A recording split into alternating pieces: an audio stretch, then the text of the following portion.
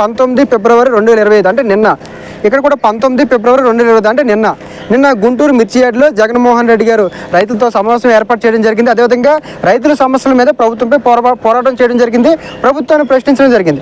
అదేవిధంగా కేసీఆర్ గారు కూడా నిన్న తెలంగాణ భవన్లో మీటింగ్ పెట్టడం జరిగింది. మీటింగ్ పెట్టిన తర్వాత వచ్చేది మా ప్రభుత్వం అని చెప్పడం జరిగింది, ప్రభుత్వంపై కూడా విమర్శలు చేయడం జరిగింది. అదేవిధంగా జగన్మోహన్ రెడ్డి గారు నేను మిర్చి యార్డులో పర్యటిస్తున్న సమయంలో సీఎం అంటూ కూడా నినాదాలు చేయడం జరిగింది. నేను జగన్మోహన్ రెడ్డి గారు మిర్చి యార్డులో పర్యటిస్తున్న సమయంలో, అదేవిధంగా రైతులతో మాట్లాడుతున్న సమయంలో కూడా సీఎం అనే నినాదాలు జరిగాయి. అదేవిధంగా కేసీఆర్ గారు తెలంగాణ భవన్ వస్తున్న సమయంలో కూడా సీఎం అని చెప్పుకో శ్లోకాలు వినిపించాయి. తెలంగాణ భవన్లో కూడా సేమ్ కేసీఆర్ గారు కూడా సీఎం అని శ్లోకాలు రావడం జరిగింది.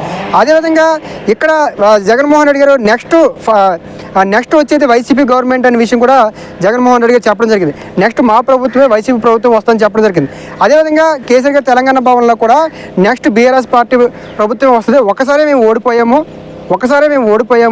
25 సంవత్సరాలు మా పార్టీ అనుభవం ఉంది, 20 సంవత్సరాల పోరాట స్ఫూర్తిని మర్చిపోవద్దనే విషయం కేసీఆర్ గారు నిన్న కార్యకర్తలకి కావచ్చు, లేకపోతే అభిమానులు కావచ్చు, నేను బలంగా చెప్పడం జరిగింది. అదేవిధంగా నెక్స్ట్ 30 ఇయర్స్ మనదే అనే విషయం జగన్మోహన్ రెడ్డి గారు చెప్పడం జరిగింది.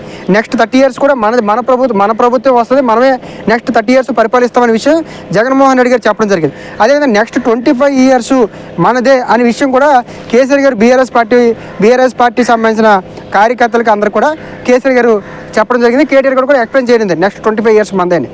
ఒకసారి అదేవిధంగా నెక్స్ట్ ఉప ఎన్నికలు వస్తాయి, ఉప ఎన్నికలు ఖచ్చితంగా వస్తాయని చెప్పడం జరిగింది. ఎందుకంటే 10 మంది ఎమ్మెల్యేలు తెలంగాణలో బీఆర్ఎస్ నుంచి కాంగ్రెస్కి వెళ్ళారన్నమాట.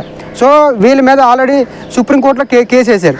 సో ఈ కేసు వల్ల ఖచ్చితంగా ఉప ఎన్నికలు స్పీకర్ గారికి ఏమైనా గైడెన్స్ ఇస్తే ఉప ఎన్నికలు వచ్చినట్లు ఏమైనా అవకాశాలు ఉంటే మాత్రం ఖచ్చితంగా అప్పుడు మనమే గెలుస్తామనే విషయం కూడా కేసీఆర్ గారు చెప్పడం జరిగింది.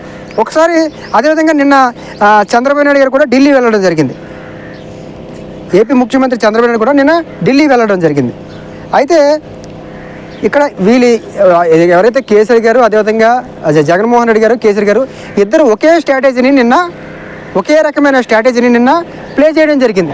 అయితే చంద్రబాబు నాయుడుకి వీళ్ళిద్దరు వెనకాతల బీజేపీ ఏమైనా సపోర్ట్ చేస్తుందా, లేదా బీజేపీతో ఒక క్లారిటీకి వచ్చిన తర్వాతే 2 ప్రభుత్వాల మీద ఇద్దరు మాజీ సీఎంలు పోరాడుతున్నారా అనే డౌట్ తోటి చంద్రబాబు నాయుడు గారు నేను ఢిల్లీ వెళ్ళడం జరిగింది. కాబట్టి చంద్రబాబు నాయుడు గారు ఢిల్లీ వచ్చిన తర్వాత చంద్రబాబు నాయుడు గారు ఏ రకమైన క్లారిఫై ఇస్తారో దాన్ని బట్టి మనకు క్లారిఫై వచ్చే అవకాశం ఉంటుంది.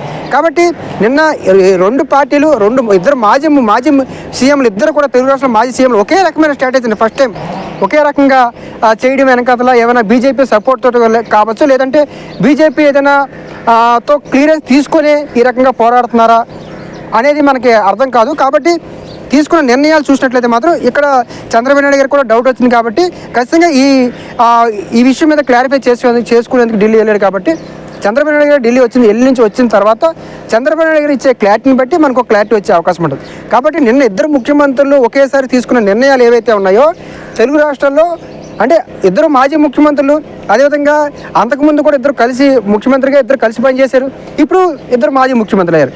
ముఖ్యమంత్రులుగా ఇద్దరు కలిసి పనిచేశారు, ఇప్పుడు మాజీ ముఖ్యమంత్రులు ఉన్నారు, ఇప్పుడు అపోజిషన్ పార్టీలు ఉన్నారు. అదేవిధంగా తీసుకున్న నిర్ణయాలు కూడా ఒకే రకంగా ఉండడం అనేది ఇక్కడ నాకు నిన్న ప్రధానంగా కనిపించింది. కాబట్టి మీ అందరికీ ఎక్స్ప్లెయిన్ చేసే ప్రయత్నం చేశాను. కాబట్టి ఖచ్చితంగా ఏవైతే తీసుకున్న నిర్ణయాలు ఏవైతే ఇద్దరు ఒకే రకంగా తీసుకున్నారో దీని వెనకాల ఏమైనా కారణాలు ఉన్నాయనేది మనం త్వరలో మీ అందరికీ ఎక్స్ప్లెయిన్ చేసే ప్రయత్నం చేస్తాం. Thank you.